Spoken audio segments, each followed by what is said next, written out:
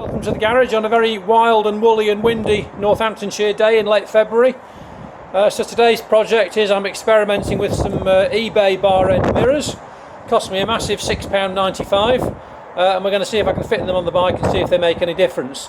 I've actually come to the conclusion that with the sort of stock mirrors on the Monster R, that they're not really up to the job. What I'm mainly seeing is my shoulder. At least half of the view is occluded by my shoulders. So from a safety point of view, that's not good enough.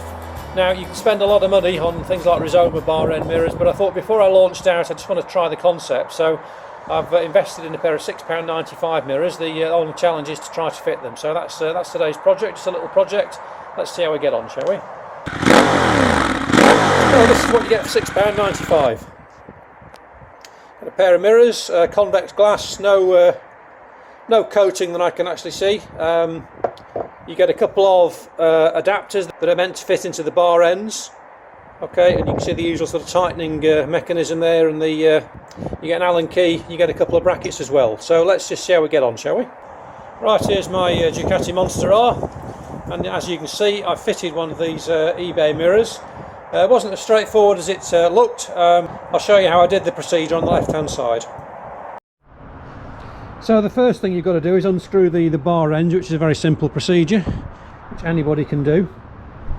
And then with the eBay kits, the first problem you hit with is the fact that you can see the internal diameter of this bar here is actually is only that wide, and clearly that's not going to fit, is it? So we need to do something else. So basically it means I've got to discard this, and somehow I've got to use this.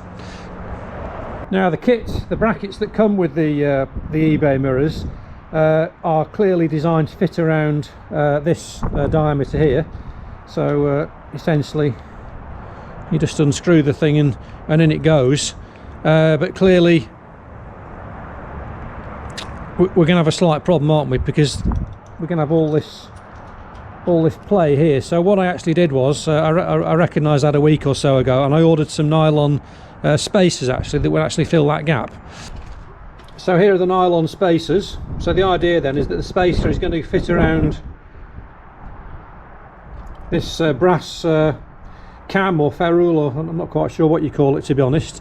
And then the idea then is that this fits inside here, and we should get a nice tight grip. Now clearly I'm not going to be able to apply any pressure on that because it's round. It's just going to dissipate the pressure. So what I did on the right hand mirror was I cut a little section out. So let's just quickly cut a little section out, shall we?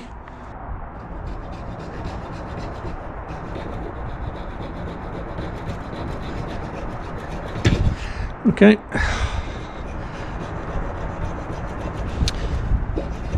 The idea being then that when you clamp the thing up, it can actually grip the washer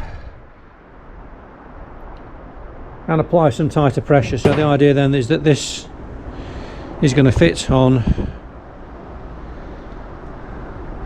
Let's just untighten that a little bit more, shall we? Okay, so the idea then that the washer fits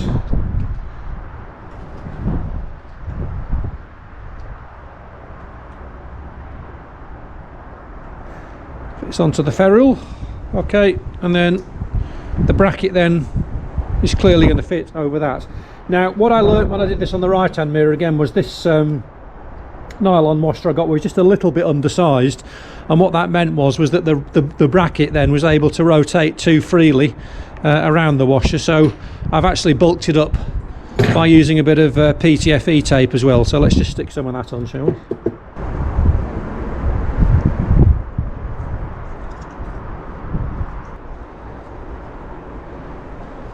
Just going to put slightly more on than I put on the right hand side, because I think it will just take a little bit more, and then you've got something to actually bite onto then.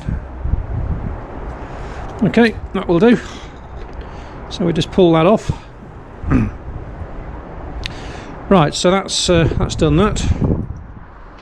And then if we just back these screws off here, what I've learnt is the best thing is actually to assemble it before you put it back on the bike. Otherwise you're trying to hold too many things, and the danger is that you'll actually drop the mirror. I want my mirrors facing upright, so I'm just going to do like so. And the mirror, what I've learnt is you've got to put the mirror in first. And in order to do that, just going to back these right out. Okay, so that's essentially how it's going to look.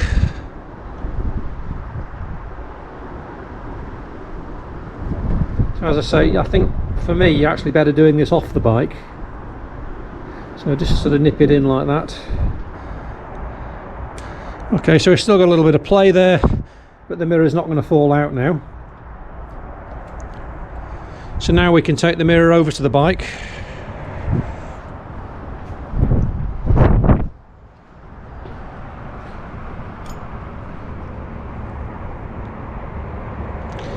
And in she goes. So you can actually see there, I've got, if I just pull that together, this is the section here that's actually going to lock inside the bar mount. So I've still got sufficient of this length, even though I've lost probably that much width there.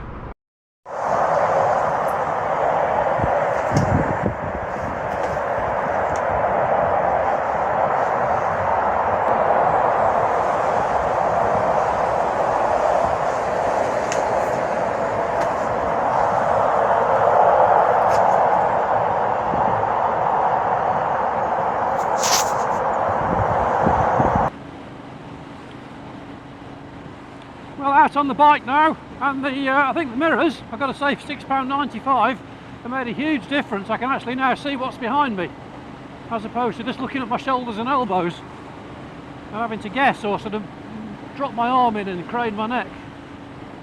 So it just needs a little bit of fine tuning, I think. So for £6.95, bargain.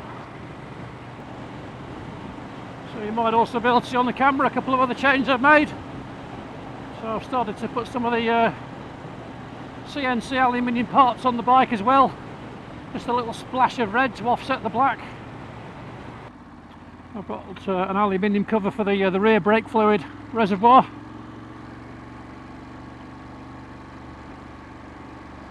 And I just wanted to brighten the bike up. Yeah, so I've bought these from the Italian distributor, the CNC parts distributor. Would have been over £300, and interestingly, you couldn't get a matching set of clutch cover, rear and front brake reservoir covers. They all seemed odd.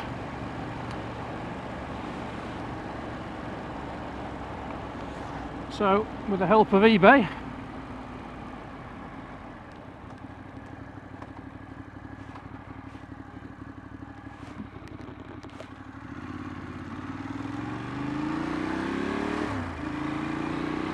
and the Chinese manufacturing industry, I've done it for £24.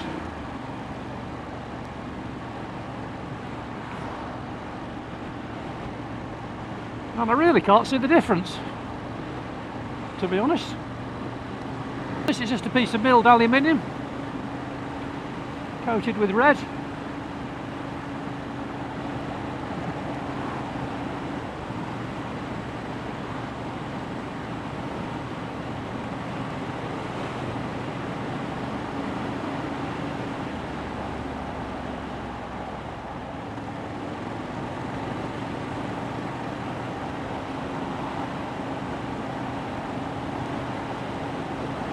So good enough for me, and just brightens the monster up a little bit, just in time for some spring sunshine. So it's a while since I've been out. We've had a number of quite powerful storms rushing through the UK. The roads have been awful, the winds has been very high, a lot of rain and mud around.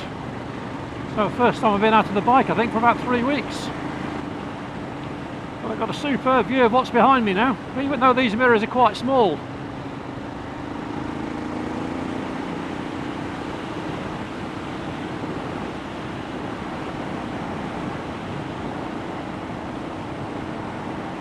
I can see far more through them than I could through the Ducati stock mirrors.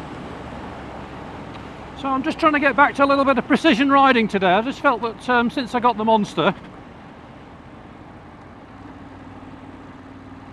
my sort of standards have dropped in the sense of my acceleration sense and my sort of speed discipline. I think that part of that's just getting used to the new throttle as opposed to the RT's throttle. And part of that I think is just lack of practice, so really want to work at that at the moment.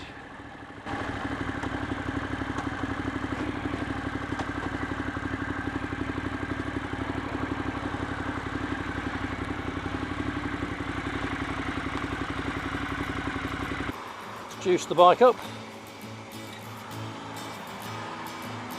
So again, in touring mode, I'm not quite sure what MPG I'm getting at the moment, probably nearer 50 than 40.